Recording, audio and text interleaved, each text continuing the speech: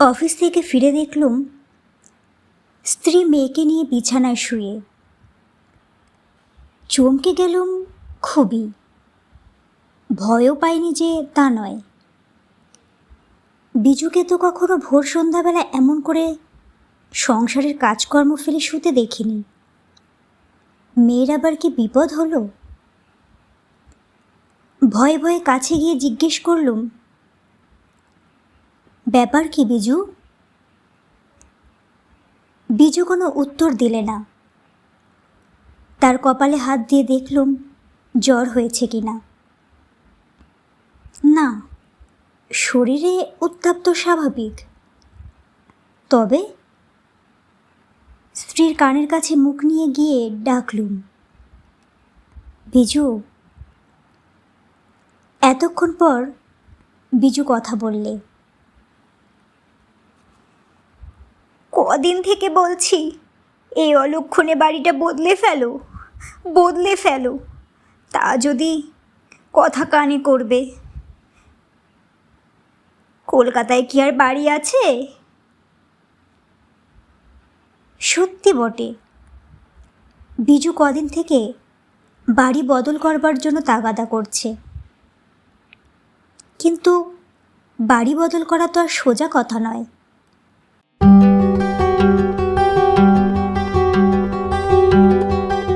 গল্পগুচ্ছ by প্রিয়া চ্যানেলে আপনাদের সকলকে স্বাগত জানাই। আজকের নতুন নিবেদন বিভূতিভূষণ বন্দ্যোপাধ্যায়ের লেখা একটি গল্প, ডাইনি। ভুক্তভোগী মাত্রই জানে, সুতরাং কথাটা তেমন গ্রাহ্য করিনি। বললুম, এ বাড়ি কী দোষ করেছে? ব্যাস, বিজু যেন ফেটে পড়ল। দোষ করেছে? চারিদিকে সব ডাইনি। একটা মেয়ে নিয়ে যাও বা ঘর করছি, তা যদি ওদের সহ্যি হয়। ডাইনি? আমি ওসব অন্ধবিশ্বাসকে প্রশ্রয় দিই না কানেও। তা বিশ্বাস হবে কেন? দেখো দেখি, আজ দুপুরের থেকে স্থানে কিছু মুখে করছে না, যা খাচ্ছে তাই তুলে ফেলছে। আমার মাথা ঘুরে গেল। সানি আমার 2.5 বছরের মেয়ে, তার উপর ডাইনি বুড়ির কোপ গিয়ে পড়ল কোন দুঃখে? বিজু তখনও পাশ থেকে বলে চলেছে, আচ্ছা, ওদের কি চক্ষু লজ্জাও নেই একটুও? আমি বললুম, তা ডাইনিকে কোথায় দেখলে শুনি? ওই ওখানে। অঙ্গুলি সংকেতে বিজু পাশের বাড়ির একটা ঘর দেখিয়ে দিলে। তার সন্দেহ দেখে আমার সর্বাঙ্গ রি রি করতে লাগলো। আমি অস্ফুট স্বরে বললুম, কমলা? হ্যাঁ গো হ্যাঁ, বিশ্বাস হয় না? আশ্চর্য কিছুই নয়। কদিন থেকে দেখছি ওর ওই সোহাগ আদর। পোড়া কপালের কপাল যখন পোড়া, তখন অপরের বাচ্চার ওপর নজর দেওয়া কেন? আমি বিজুর প্রশ্নের কোনো উত্তর দিতে পারলুম না। মাসখানেকের কথা মনে পড়ল। একদিন ওই পাশের বাড়ির ঘরটায় কমলা চিৎকার করে উঠল, ওরে শোভা রে, তুই কোথায় গেলি রে? আমায় এমনি করে ফাঁকি দিলি কেন রে? রাত তখন প্রায় 10টা। আমি খেতে বসেছি। বিজু আমায় দুধের বাটিটা এগিয়ে দিতে বললে, পাতের গোড়ায় একটু জল দাও। আমি বললুম, কমলা কাঁদছে না? আগে পাতের গোড়ায় জল দাও দেখি। সত্যি কমলা কাঁদছে, সারা মাতৃহৃদয় মথিত করে কন্যার বিচ্ছেদ বেদনায়। 2 মাস আগে শোভা এসেছিল মর্তালোকে, আর আজ চলে গেল মায়া মমতার পাশ ছিন্ন করে। হয়ে পর্যন্ত মেয়েটা রোগে রোগে ভুগেছে। সর্বাঙ্গে তার ঘা, বড় বড় দাগা দাগা। পুজের গন্ধে কাছে যাওয়া যায় না, কিন্তু কমলা সমস্ত ঘৃণা তুচ্ছ করে শোভার সেবা করেছে দুহাতে। তার ফলে নিজের গায়েও স্থানে স্থানে ঘা হয়েছে, সেসব গ্রাহ্য করেনি। সারা হৃদয় নিয়োজিত করেছে তার প্রাণ সদৃশ্য শোভাকে আরোগ্য করবার প্রচেষ্টায়। বড় বড় ডাক্তার কবিরাজ দেখানো হলো, রোজা এসে ফোড়া ফাটালো, অসংখ্য দেবতার কাছে মানত করা হলো, চেষ্টার কোনো ত্রুটি রইল না। কিন্তু সমস্ত চেষ্টা ব্যর্থ প্রতিপন্ন করে রাত 10টায় শোভা মহানিদ্রায় আক্রান্ত হলো। মা বুকের ওপর লুটিয়ে পড়ে শতবার নাড়াচাড়া করে তাকে সজাগ করবার চেষ্টা করলে, বিনিয়ে বিনিয়ে তার প্রস্থানের জন্য অনুশোচনা করলে সারা রাত্রি প্রায়। সে ঘটনার মাসখানিক পর কমলা নাকি সানিকে দেখে একদিন কেঁদে ফেলে। বুকের একটা গভীর দীর্ঘ নিঃশ্বাস চাপতে পারেনি। তার নিঃশ্বাসের শব্দে আমার স্ত্রীর চিত্ত বিচলিত হয়। আস্তে আস্তে খুকিকে নিয়ে সে সরে আসে পাশের ঘরে। আমি তখন অফিসের হিসাবপত্র মেলাচ্ছি। বিজু আমার পাশে এসে বসল। আমি চশমাটা আস্তে আস্তে চোখ থেকে খুলে বলি, কিছু বলবে নাকি? না, এমন কিছু নয়। আমি হাসি, বলি, থা, ওই এমন সামান্য কিছুই শুনি না কেন? সত্যি? তোমার আবার এসবে বিশ্বাস হয় না? আহ, কৌতূহলী তো বাড়িয়ে দিচ্ছ কেবল। তুমি এ বাড়ি বদলাও। কারণ? কমলা রোজ রোজ সানির পানে তাকিয়ে ফোঁস করে নিঃশ্বাস ফেলবে আর কাঁদবে। বাছার আমার অমঙ্গল হবে, তাও বুড়ো মাগি ভুলে যায়। পাগল! আমি হাসতে লাগলুম। ওই তো, তুমি সব কথা উড়িয়ে দাও কেবল। কপাল যখন পোড়া, তখন অপরের ছেলে মেয়েদের ওপর নজর দেওয়া কেন বাপু? বিজু আমার কাছ থেকে চলে যায়। আমি ওসব বিশ্বাস করি না বলেই হয়তো আমার মাথার মধ্যে বিজুর সেই সব কথা কেবল ভাসতে লাগলো। কপাল পোড়া? বাস্তবে কি কমলার কপাল পোড়া? বিধাতা পুরুষ তার প্রতি অপ্রসন্ন? এই রুগ্ন মেয়ে প্রসব করবার জন্য দোষী কে? কমলা? একটুও নয়। আমি জানি কমলার স্বামীর দুরারোগ্য সিফিলিস রোগ বর্তমান। এ কথাও জানি যে সেই মহাপুরুষ প্রায় রাত্রিবেলা বাড়ি ফেরেন না। বাপ ঠাকুরদা অনেক পয়সা জমিয়ে গেছে, তাই ব্যয় করে সে ফুরিয়ে উঠতে পারছে না। তবুও লোকে দোষ দেবে কমলাকে। আমার স্ত্রী অন্ধবধির, সে অকারণ পুরুষদের প্রতি সর্বদাই সদয়। কমলার স্বামীর দোষ সে দেখে না, কারণ পুরুষ পুরুষের শত্রু আর নারী নারীর শত্রু। এহেন কমলা সানি হবার দিন 7 পরে প্রায় একটি প্রাণহীন মাংসপিণ্ড প্রসব করে। নিজের ব্যর্থতার বেদনায় মুষড়ে পড়ে কমলা কাঁদল, চিৎকার করল।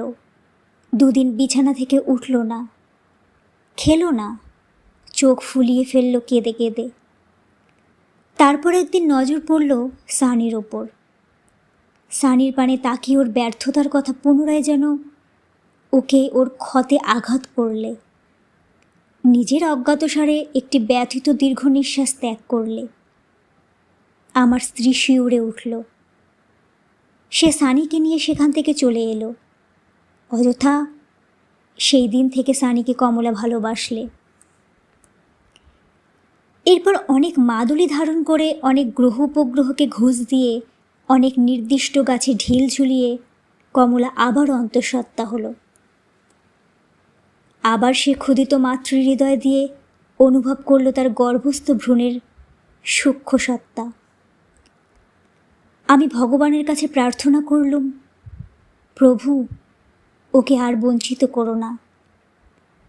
তিনি হয়তো আমার প্রার্থনায় সাড়া দিলেন। কমলার মেয়ে হলো। আবার সে তার পুরনো হাসি ফিরিয়ে পেল। মেয়েকে মানুষ করতে লাগলো বহু প্রয়াসে, কিন্তু এ খুকিও বাঁচল না। তার এই পৃথিবীর আবহাওয়াটা সইল না। এ কথা আমি আগেই বলেছি। সেই সঙ্গে আরও বলেছি যে কমলা তার শোক ভুলে আবার আমার সানির পানে ফিরে তাকালো। আবার তার বুকে আঘাত লাগলো। সে দুহাত বিস্তার করে সানির দিকে ছুটে এলো। আমার স্ত্রী ভাবতে লাগলো এর হাত থেকে রেহাই পাওয়ার কথা। অগত্যা আমাকে বাড়ি বদল করবার জন্য অনুনয় বিনয় করতে লাগলো খুবই। যেহেতু আমি ওসব অযৌক্তিক কিছু বিশ্বাস করি না, সেই জন্য আমি তার কথা উপেক্ষা করছিলুমই। যাই হোক, কমলা একদিন জিজ্ঞেস করলে, সানি কই ভাই? আমার স্ত্রী আজকাল বড় একটা সানিকে কমলার সামনে বার করে না। সানি তখন আরামে নিদ্রা যাচ্ছে। আমার স্ত্রী বললে, সানির অসুখ করেছে। আমি পাশেই চেয়ারে বসেছিলাম। স্ত্রীর এই মিথ্যা কথা শুনে চমকে গেলুম। কমলা ভয়ার্ত স্বরে বললে, কি অসুখ ভাই? এই সামান্য জ্বর। ডাক্তার দেখাচ্ছ? না, দেখাবো। না ভাই, দেরি করো না একটুও, ভালো ডাক্তার দেখাও। যে দিনকাল পড়েছে, ফেলে রাখা একটু উচিত নয়। ও চলে গেল। ওর গলার স্বর ঈষৎ কম্পিত হলো। আমি বেশ বুঝতে পারলুম। আমি স্ত্রীকে বললুম, এই মিথ্যে বলে কী লাভ? তুমি থামো দেখি। সুতরাং আমি নীরব হই, আর স্ত্রী বলে চলে, 50 দিন বলছি বাড়ি বদল করো, বাড়ি বদল করো, সে কথা যদি গ্রাহ্য হয়। তারপরের দিন দুপুরবেলা কমলা নাকি এসেছিল সানিকে দেখতে। সানির অসুখের খবর পেয়ে সে চুপ করে থাকতে পারেনি। সারাদিন সে খুকিকে কোলে করেছিল, আমার স্ত্রীর সমস্ত বিপরীত চেষ্টা ব্যর্থ করে। আমি আসবার ঘণ্টা 3 আগেই এখান থেকে চলে গেছে। আমি অফিস থেকে ফিরে বিজুকে আর সানিকে ওই অবস্থায় দেখলুম। বিজু বললে, কি ছাই বেদানা খাইয়ে গেল, তারপর থেকে বাছা আমার কিছু মুখে করছে না। আমি বিজুর পানে ফ্যাল ফ্যাল করে তাকিয়ে রইলুম।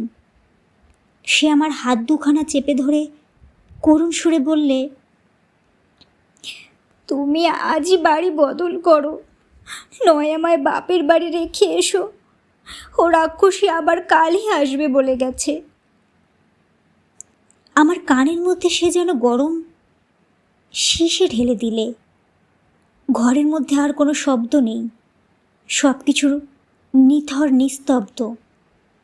আমি বিচার করতে বসলুম, সানির অসুখের জন্যে বাস্তবিক দায়ী কে?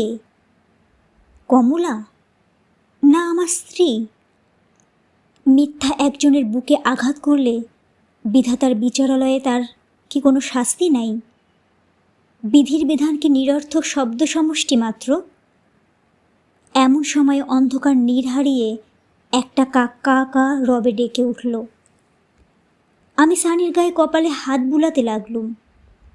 আমার বেশ মনে পড়ে গেল কদিন ধরে সানির অনবরত টক লেবু খাওয়ার কথা। সানির রোগের লক্ষণ আর কারণ দিনের আলোয় প্রকাশিত হলো। ওই কচি মেয়ে অত অ্যাসিড সহ্য করতে পারে?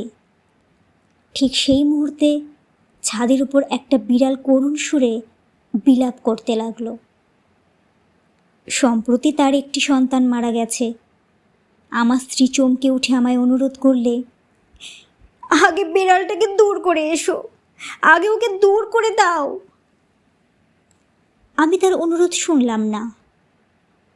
বিজু কাঁদল ফুলে ফুলে। তবে তবে আমায় দূর করে দাও। আমি পথের ধুলো, আমি কেউ নয়, আমায় গ্রাহ্য হয় না একটুও। একটু সুস্থ হয়ে সানিকে ডাক্তার বাড়ি নিয়ে গেলুম। ডাক্তার 1 ডোজ ওষুধ দিলে, সেটা খাইয়ে দিলুম যথাসময়ে। বিজু সারা রাত্রি মেয়েকে বুকে করে নিয়ে রইল, আর আমার অবিশ্বাস দেখে দুঃখ প্রকাশ করলে। বললুম, পীরের কাছ থেকে জল পড়া নিয়ে এসো, তা হলো না। ডাক্তার বুদ্ধি কি এসব সারাতে পারে? কিন্তু বিজুর কথাই মিথ্যে হলো। ডাক্তার আশ্চর্য রকমে সানিকে নিরাময় করলে। সকালবেলা সানি আবার তার সহজ সরল পূর্ব স্বাস্থ্য ফিরে পেল। আবার সে খেতে লাগলো, হাসতে লাগলো। অফিস যাবার সময় বিজুকে বললুম, ডাইনির হাত থেকে যখন সানি রেহাই পেলে, তখন কমলাকে ক্ষমা করো। বিজুর যেন অসহ্য হলো আমার কথা। বললে, মাইরি বলছি, তুমি আমায় পাগল করে দেবে। কালকের মধ্যে যদি তুমি না বাড়ি বদলাও, তাহলে সত্যি সত্যি আমি বাপের বাড়ি চলে যাব। অগত্যা সেই শনিবার দিনেই রাত্রে বাড়ি ঠিক করে ফিরলুম। পরের দিন জিনিসপত্র নিয়ে উঠে গেলুম নতুন বাসায়। পরের জন্যে স্ত্রীর সঙ্গে ঝগড়া করে সংসারের শান্তি নষ্ট করতে আমি নারাজ।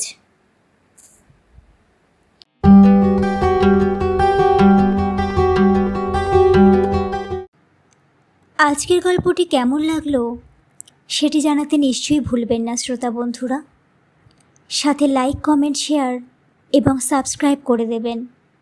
আপনাদের কাছে আমার অনুরোধ রইল, বেশি বেশি করে সাবস্ক্রাইব করে দিন। আমার পরিবারটি যেন আরও অনেক বড় হতে পারে। আমার আরও ইচ্ছা সকলের কাছে পৌঁছনোর। আপনারা আপনাদের সহযোগিতার হাত না বাড়িয়ে দিলে আমি সকলের কাছে পৌঁছতে পারবো না। আশা করছি আপনারা সকলেই ভালো আছেন, সুস্থ থাকবেন। গল্প পাঠে আমি প্রিয়া।